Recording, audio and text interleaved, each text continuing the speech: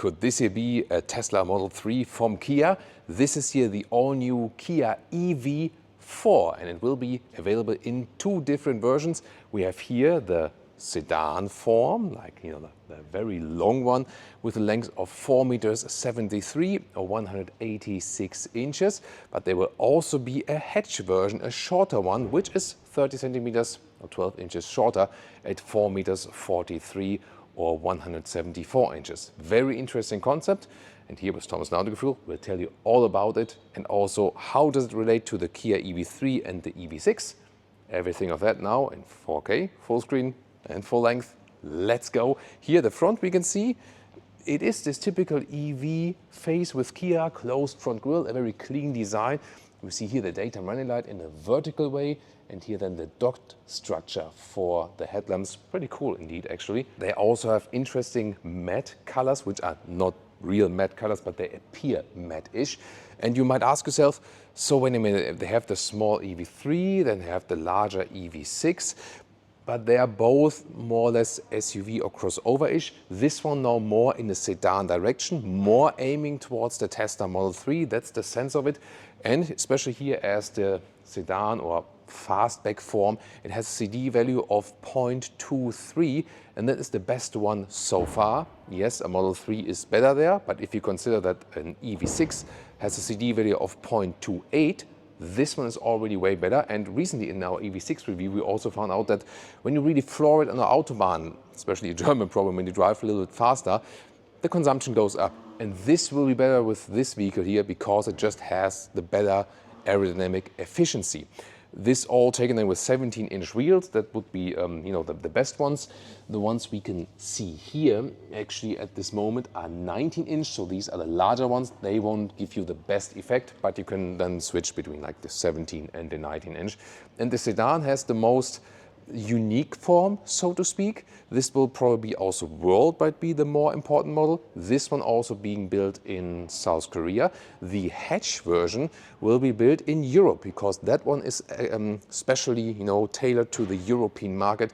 We'll also give you a deeper insight into the hatch version very soon. Quickly towards the rear, also here with the vertical tail lamps. So a very unique design overall, and it looks a little bit like a Kia Stinger in the electric form, doesn't it? And once again with the comparison, wait a minute, the EV6 is just 3 centimeters shorter, so it's more or less the same length like an EV6. However, the price will be lower, so this will be price-wise be above the EV3 but way below the EV6 because this one does not get 800-volt charging architecture. That means charging 10 to 80% will be about 30 minutes each. And the battery sizes, either the bigger one 81 kilowatt hours or the smaller one at 58 kilowatt hours. So this one here is rather using the tech of the EV3, also front-wheel drive, all-wheel drive versions later on, like we also expect with the EV3. And the front-wheel drive versions will have 7.4 or 7.7 seconds in the acceleration figure, depending if you have the small or the bigger battery, 204 horsepower maximum. So it's more trimmed towards pricing, efficiency, everything, and not necessarily to the best charging performance like it is with the EV6. Then again, the price is higher. So this could be more this, this good price performance model. Maybe the best price performance EV at Kia, especially here with the long form because you have more space, and also about the efficiency, of course. And talking about the space, let's check out the trunk, because you see here it is basically a sedan trunk. Look at that. But then again, it's of course very dark at the moment, but here we can also pull this one here to fold the seats, fold around. There we go. And then we can also fold this here, leave some more light in. There we go. And I can also quickly measure it. Go, and in the length, the measurement is like 1 meters 10 or 43 inches. If I measure through to the front seats, that's the cool thing about this vehicle. Look at that, the whole ruler like 2 meters or 78 inches. So this is then the big advantage for this sedan type here. Of course, the EV6, EV3 and so on, and also here the EV4 hatch is then better for like the access to the trunk. What do you think about the design here? And by the way, the hatch, which will also soon show to you, this is a little bit longer than the EV3, so that you get really that the EV4 is in between there. To the interior, inside of the doors, here we have a nice structure on the top part. Then fabric is being used here, different trims will be available. Nice, separate buttons here, seat heating, heated steering wheel, seat cooling, that's cool. And the whole interior is animal free. That's what Kia has been famous for recently. And look at that. This is a high-grade leatherette and it has like a three-dimensional structure I can really feel. So that's new. And then some fabric here for the head restraints to like be a little bit more softer. Also the steering wheel here in the dual tone scheme. This one here is not the GT line. There will also be a GT line available, by the way. If you want a sporty look, then the steering wheel will also look different. But here then, so to speak, the base version of the vehicle. And yeah, this 3D structure is really interesting on the seat. And I feel that seating comfort-wise, this could be like a further development there. Steering wheel, in and out, up and down, manual. To activate the vehicle, here the right lower column you can actually press. Real buttons on the steering wheel, that's also cool to have. For example, right side for the volume, left side here to change something in digital instruments. We have this dual view here, so 12.3 inch each, left and right. So they use some common things and then upgrade other things, and you feel you're sitting rather lower. That's a difference then to their crossover or SUV models there. Leah comes around, but I can also, as a true gentleman, I have to open the door for the beautiful lady, of course. So here we go. You see here the door handles, they come flush in, fold in and out, and there we go. So you can take a look at the cockpit perspective from there. So I think I could be the only one to be able to measure the trunk with the ruler in these short time frames we have here, sadly. Here, the fabric at the dashboard, you can also hear it, how it feels. Then here again, a structure. So I think the use of materials are really good. And still a real temperature dial here. Press up or down for increase or decrease the temperature. Good to have also a manual volume knob. So that's the cool thing. They still keep a classic user interface. You fold this one up. This we know from the this is interesting. Like looks like marble, but it's not, of course. And then you can here fold this one back or forward. This could be the thing like you work maybe like a small table and laptop, or you have a picnic at the charging stop. Because as I said, the charging stop is not that quick here with this vehicle, honestly. But that's a decision again also concerning the price. USB-C charging in the lower part here, either with connection or just charging. 100 watt USB-C output here on the right side. That's actually pretty fancy. And once again, the look at the seat, look at this 3D structure. It is very interesting. It's nicely done, a new technique being used. This high-grade leatherette. And Kia has also introduced that they make more bio-based materials then, either as filler on the doors or also for the surfaces, that they increase the share bit by bit to go full circle. Seat in the lowest position, 1.89 meters, 6'2". It gets close here with the headroom. This one is also one with a small panoramic roof. Let's see here, you can close this shade. Interesting that they don't use like an all-glass roof on the V, but I think it's a good decision.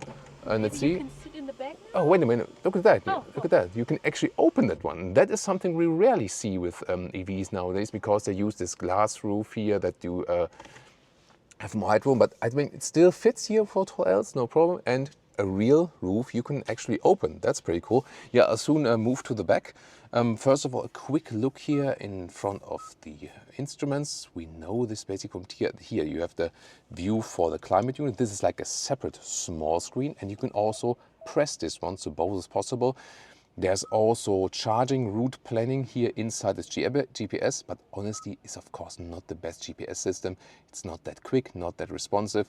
So I always feel when I'm driving the Kia EVs, I want to use my Waze or Google Maps or Apple Maps and so on, but then I'm kind of stuck with this system if I want to have this like pre-planning of the charging stops and so on. So that's a little bit critical. Classic store columns for the indicator and so on, and the steering wheel has also a good feeling. You can also set a separate favorite button, and this speed limit chime, I think here it was also just press and hold the mute button, right, the volume button. And a quick driver POV here for you, because I can also show you the head-up display. Then I can move over to the rear. Leah opens, in this case, the door herself. So there we go. Then we have these integrated coat hangers. You can hang a bag over it or maybe a coat, that's cool, and with a nice fabric structure. So I really like the material choice here. USB-C charging in the doors, and then look at that, a lot of legroom. That's cool. Both hatch and sedan have the same wheelbase, by the way. The only thing, of course, with these EV platforms, they have the sandwich architecture, battery in the floor, and that makes your feet higher. And then here the angle of your legs is like this. That's the only downside with almost all EVs. 1A9 602 once again still fits for the headroom, so the user of space is cool. It has this typical sedan rear feeling. Again, like with most other EVs, I would wish that my feet just would be lower. If you're not as tall, if you don't have that long legs, they will be, will be less problematically, definitely, than here. Following this down, there are some cup holders, not adaptive though. And you've seen from trunk, I can fold the seats, isofix here at the outside each, and you have the high grade leatherette with this three-dimensional structure once again in the rear. This floor here, I mean, this is probably here like hand-built stuff. This will be like more flatter than in the final version. I felt it's cool. I usually leave this one here in, and I just take then our our battery vacuum cleaner, just with the with the normal long thing for the floor, and I just like vacuum clean it like I do like a normal carpet at home or something like that.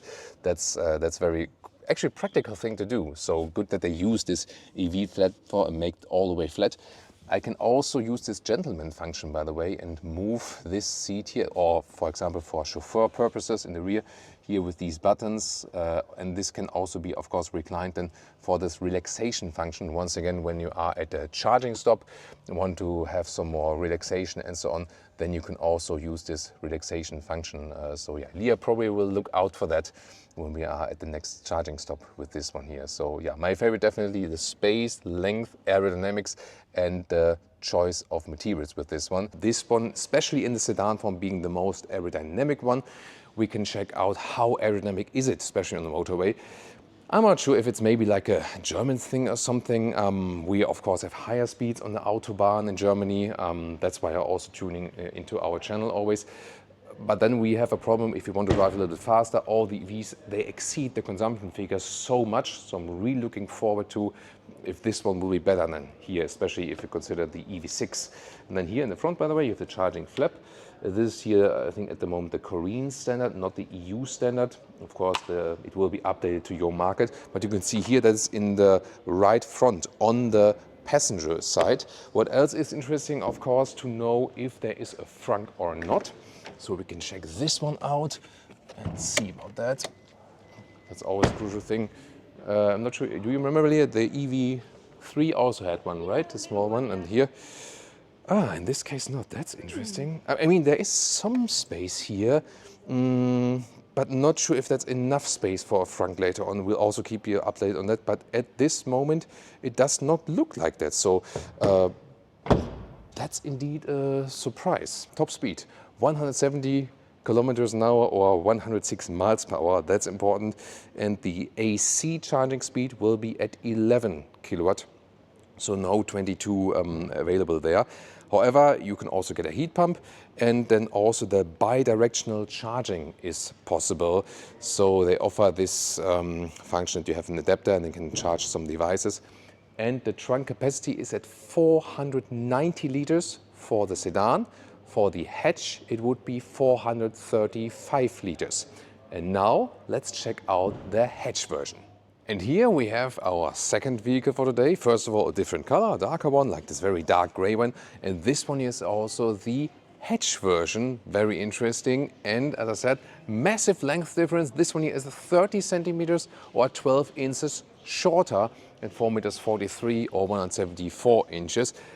By the way, this makes it about 13 centimeters longer than the Kia EV3. By the way, here, sedan or fastback versus this hatch, the same wheelbase. It's really about the overhang where the sedan just continues right here. This one then is shorter and yeah, has this rather upright building style right here. You can see interesting design here, by the way. We rarely see that this is like a straight bar. And then we can see the vertical tail lamp signature right here. And I always find the hazard lights, we've already shown you that with the sedan as well. Here, that looks pretty cool when you look at that. here because it looks like a battery status indicator, doesn't it? Well, and the hatch is of course all about the hatch. We can see it right here. So you can load things in and out easier. That's the advantage. But then again, the disadvantage is here the length. For the sedan or the fastback was at 1 meters and 10 or 43 inches. That would be here. And here we are more at 80 centimeters or 32 inches. So this is what you, this is like what you lose in length if you go for the hatch. Then again, you gain this easier accessibility. Here underneath, you also have some space for the charging cables, for example. There we go. And the width we can also measure right here. This is about 1 meter or 40 inches. And yeah, this massive cover, it's very interesting. I mean, have you ever seen a brown inside of the trunk here? So that is something really peculiar. To fold the seats, you can, for example, also reach over here.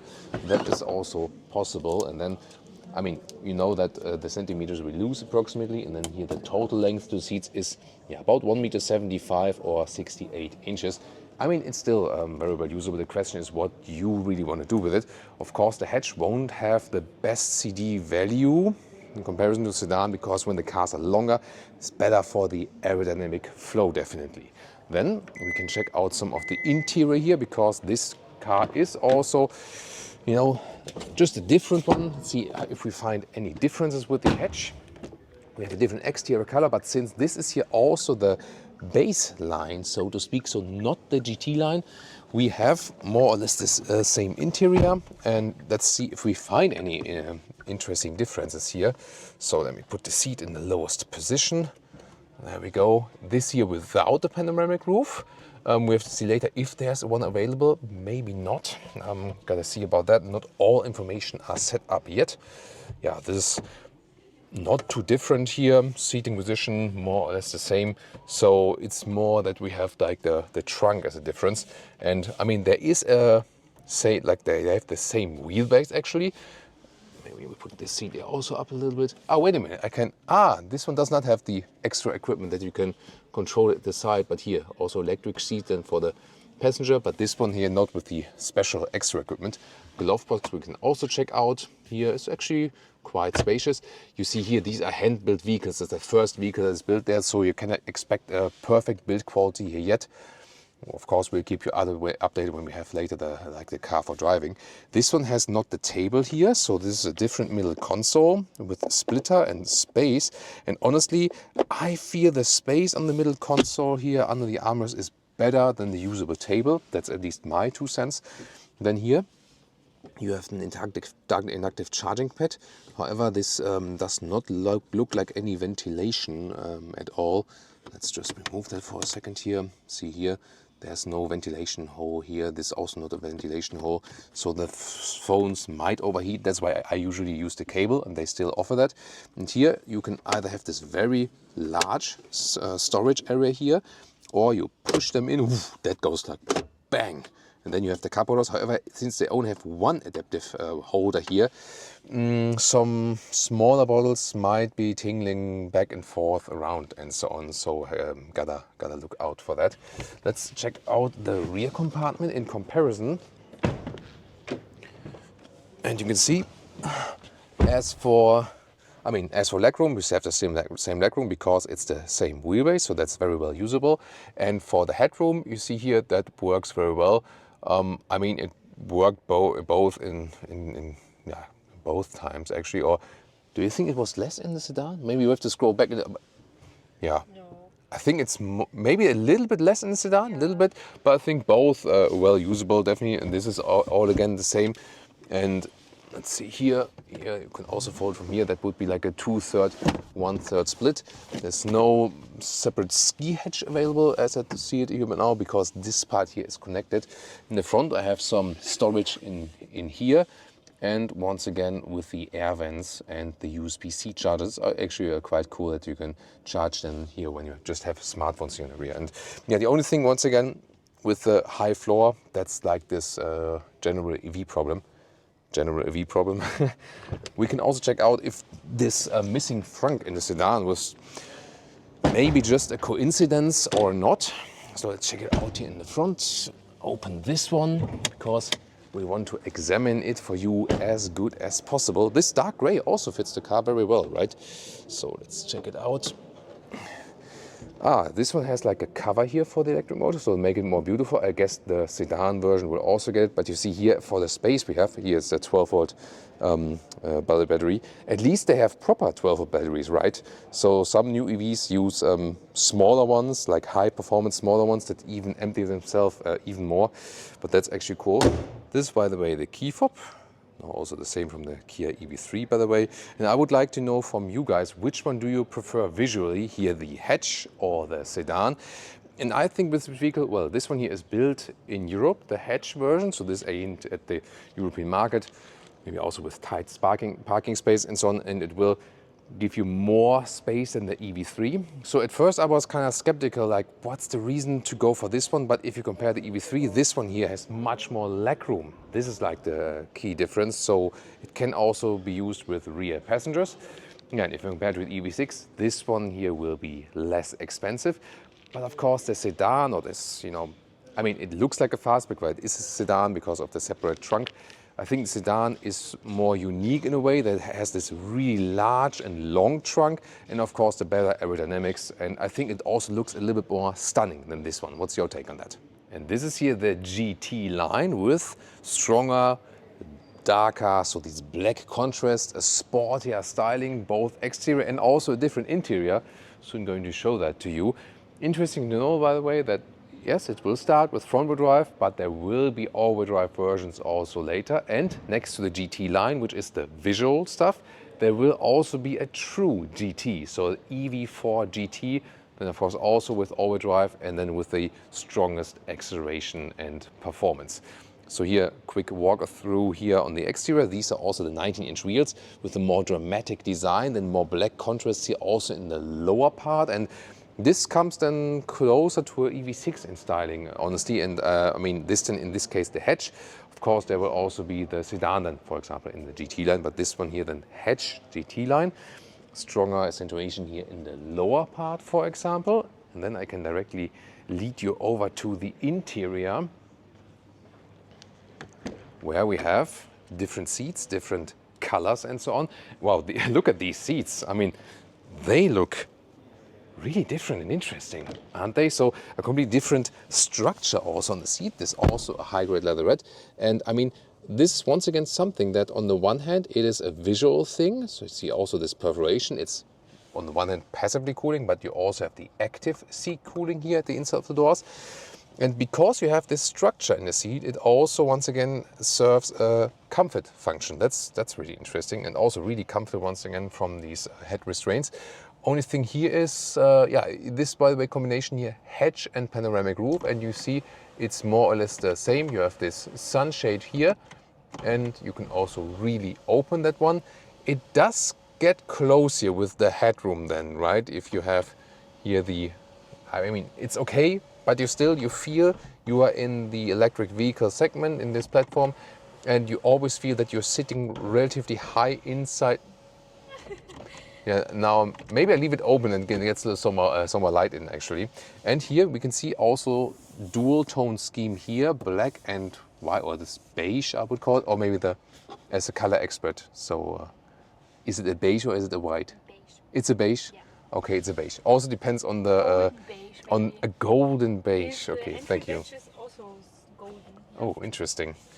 And we also have a different steering wheel. This is the GT line steering wheel, you can see, different in the spoke design. And once again, interesting dual scheme here also. So they are a little bit more daring here actually in the design. So looking forward to if you would pick the GT line or the base line, tell me in the comments. And of course, if you would go for the sedan or for the hatch. But yeah, we can take a look at the rear as well, because this looks also, again, different. Once again, the hatch then here with the GT line. Once again, a lot of legroom. This is also the main difference, by the way, to the Kia EV3. That here in the EV4, you have massive amounts of legroom. And once again, the design we can see in the front also for the rear seats here. Pretty cool. And I did check it up in the video, by the way, that the trunk length of 80 centimeters in the hatch here, that is the same in the EV3 hatch. So the difference, EV3 hatch and EV4 hatch, is really the length in legroom in the rear. And to the EV4 sedan, here to this one, and also the EV3 that you have the longer trunk. And the official prices, they are not yet out or not yet confirmed yet. What we can say is that this one here is price-wise a little bit above the EV3, but not that close to the EV6 because it only has the simple charging architecture. And that means if we take current EV3 prices and then guess a little bit, this will be somewhat between 40 and 50,000 euros for the front-wheel drive versions. The all-wheel drive versions probably then a little bit more expensive, so I expect maybe like a GT line high-spec all-wheel drive then maybe at 55,000 euros, something like that. So this will be approximately a spend, and of course we'll keep you updated on that, and really looking forward to drive this one here. And especially, as I said, as the sedan for the consumption at higher speed.